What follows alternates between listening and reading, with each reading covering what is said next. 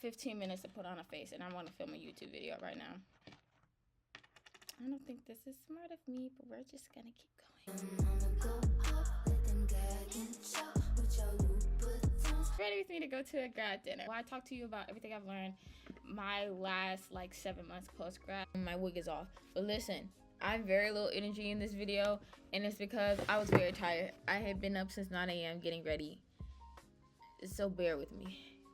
Number one thing I learned is as soon as you graduate, you're gonna immediately feel behind. Okay, let me explain this one. As soon as I graduated, I actually graduated with a job offer. So I actually was feeling like pretty good about myself.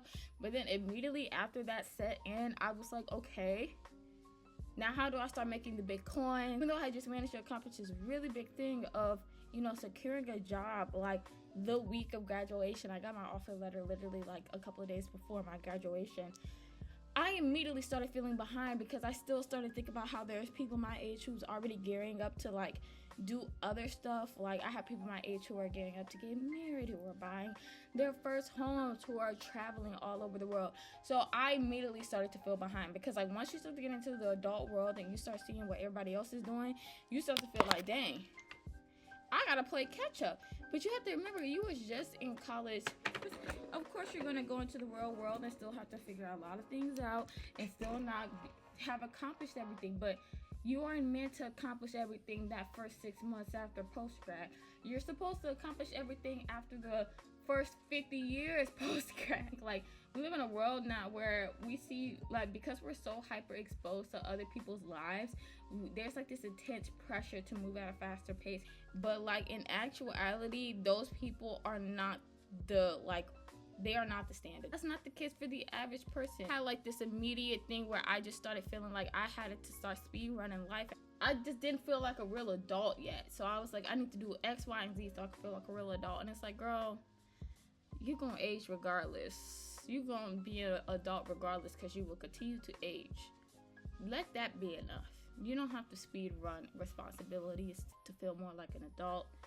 Take it one step at a time. Now that I work at a job where I plan to be at it for a significant amount of time, second thing is you're gonna have to make friends with your coworkers. I kind of went in this mentality that I wouldn't really get super close with any of my coworkers, like not exchange phone numbers, not follow them on social media, anything like that, because I've just heard so many horror stories about that backfiring on people. However, like making friends as an adult is hard.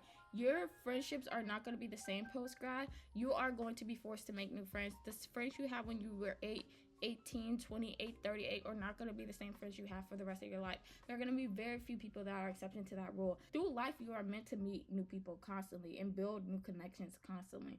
And you really shouldn't fight the process because you might find some really dope people at your job who are not Karens, who you can actually like safely communicate with. And when you ask so many like adults who are like in their 40s and 50s, like how did they meet their current friends or best friends, most of the time they're going to tell you two things, and that's college or at their job.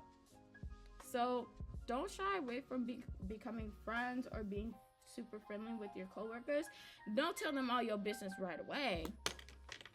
Definitely wouldn't do that. Some people are just too comfortable right away. I wouldn't do that. But I definitely, you know, don't be afraid to say hi. Don't be afraid to, you know, follow them on social media, maybe even a little LinkedIn if you're hesitant. I just started talking to people a little bit more and a little bit more. I said, wait, these people are kind of cool. Third thing I learned, as soon as you start making more money, it's okay to, you know, not save up immediately, but you still should probably start saving something and set yourself up for success while you don't have too many responsibilities yet.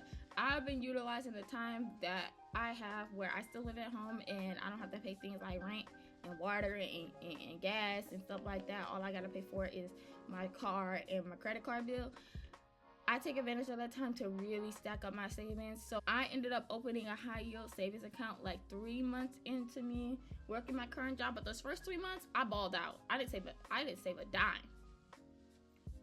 I did so much shopping. I went on vacation. That's another thing. You should spend your money some.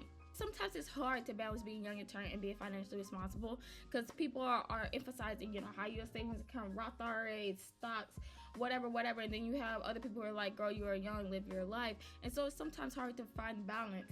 So this is what I did. Those first like 3 months, I didn't save a dime, girl. I was living it up. After those 3 months, after I got everything out of my system, I bought a couple of expensive things. I started hankering down and saving. And I've been able to save a little something, and I'm kind of proud of myself because I'm somebody who's never had a savings account. Before, like, I was always saving up for something specific, and then that specific thing happened, and then I no longer had a savings account. But now I'm just saving money for the comfort of it, and just so, like, if anything happens, I have the money on hand, and I've never really been in that predicament before.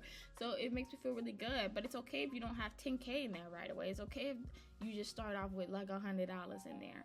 Finding that balance between being young and trying to save your money can be hard, but just know you can do both, and I encourage you to do both. Money is meant to be spent, but also make sure you have cushion in case you fall on hard times, especially with this economy, with this current job market. You should always have like a month or two worth of your expenses saved up, but also, girl, gonna take that trip, but go buy that bag, you know.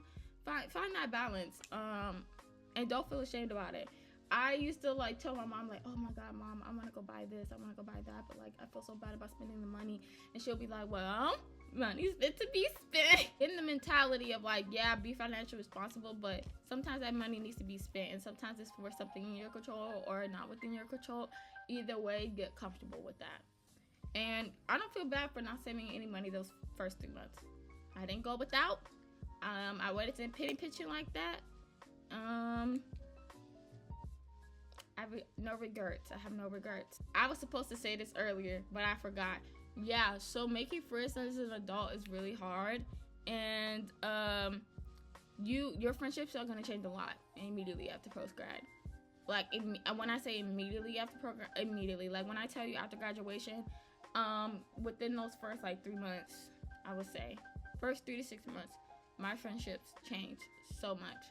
Because everybody starts moving back home to their respective places. Some people may not graduate all at the same time, so they're still in school. You know, people start to get jobs, people start accomplishing different things, and it can drastically change the dynamics of your friendships.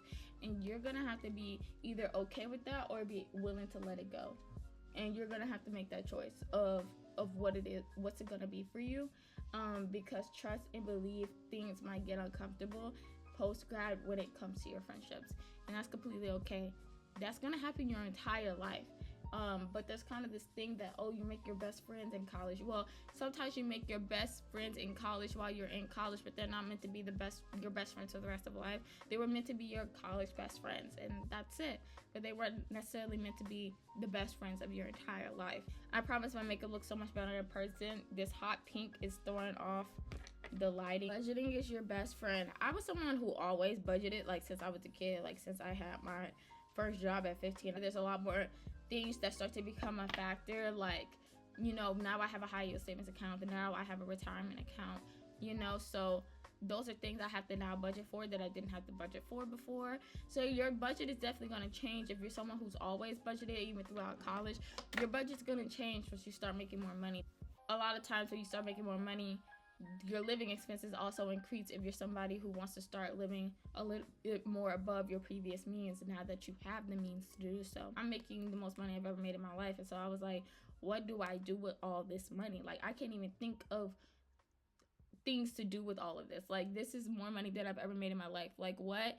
So I had to start, you know, I had to really hanker down and just realize, hey, the rest of the money you don't know how to spend, you can either spend it on stupid shit or you can save it. And I've split my time equally. Like I told you, a balance between being young and turn and being responsible.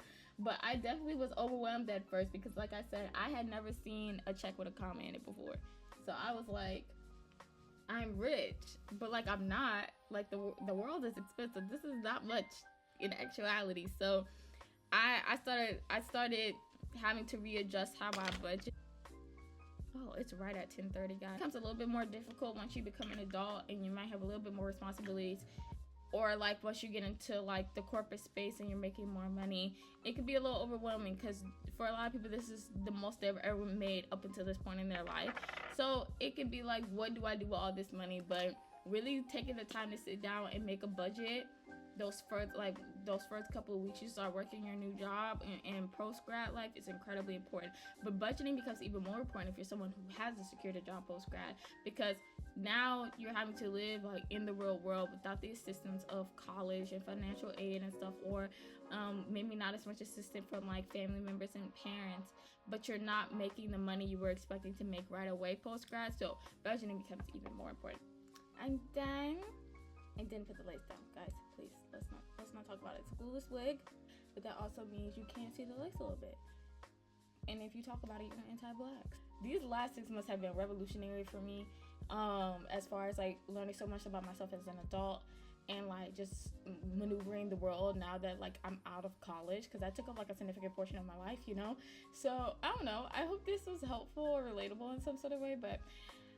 Congratulations to my classmate, and let's go enjoy brunch, even though I'm running very, very, very late.